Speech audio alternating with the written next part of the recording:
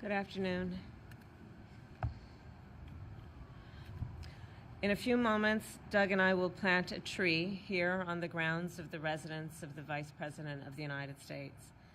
And we dedicate this tree to the 1,200 innocent souls in an act of pure evil on October 7, 2023, who were massacred by Hamas terrorists. 46 of our fellow Americans were killed in this brutal terrorist attack, including a singer from Missouri who died shielding her son from bullets, an academic and peace activist who studied in Seattle and who was the grandson of Holocaust survivors, and a dancer from California who was killed alongside her fiancé while attending the Nova Music Festival. I am devastated by the pain and loss that occurred on October 7, and Doug and I pray for the family and loved ones of all of those who were lost, and may their memories be a blessing. Today, I know many Jews will be reciting and reflecting on the Jewish prayer for mourning, the Kaddish. The words of the prayer are not about death.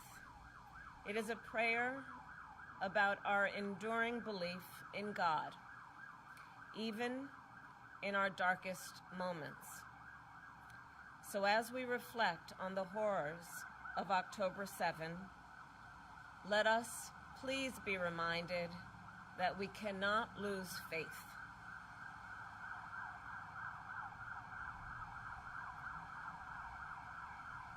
The Jewish philosopher, Rabbi Abraham Joshua Heschel, wrote, and I quote, "Religion begins with a consciousness that something is asked of us."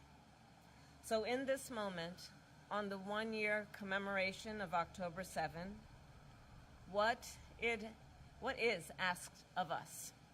What is asked of us? First and foremost, I believe that we must never forget.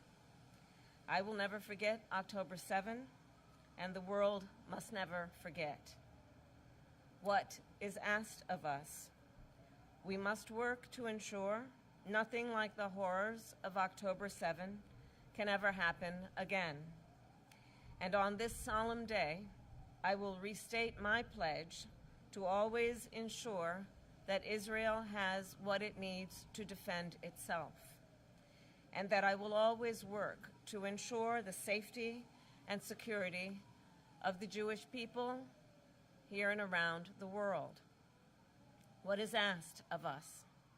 We must reunite the hostages held in Gaza with their families, and I will never stop fighting for the release of all the hostages, including the American citizens, living and deceased.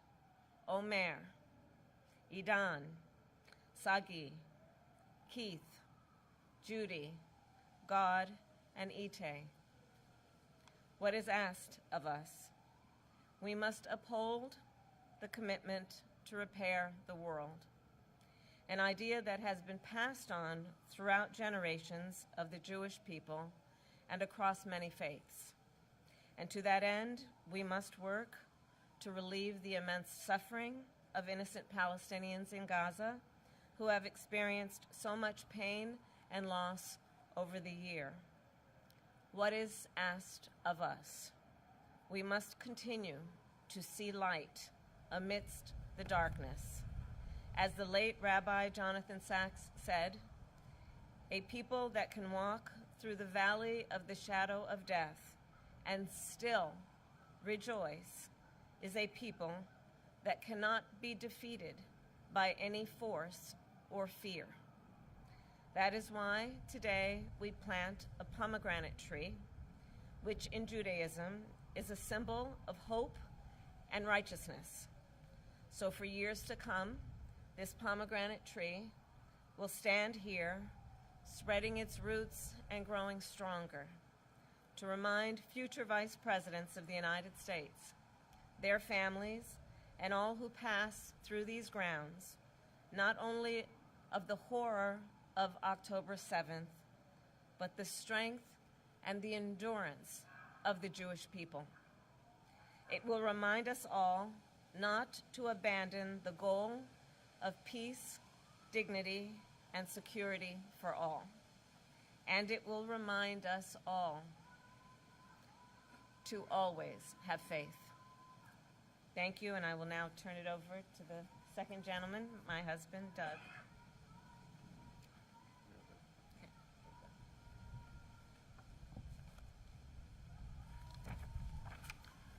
Thank you. As we gather here today on what was the deadliest day for Jewish people since the Holocaust, I am still filled with pain and despair. This is an incredibly challenging day for Jews around the world, myself included. October 7th hit us hard as a community.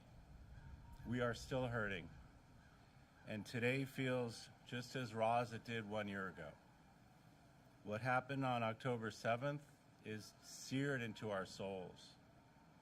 I can't stop thinking about the hostages and their families and all of those we've lost over the past year.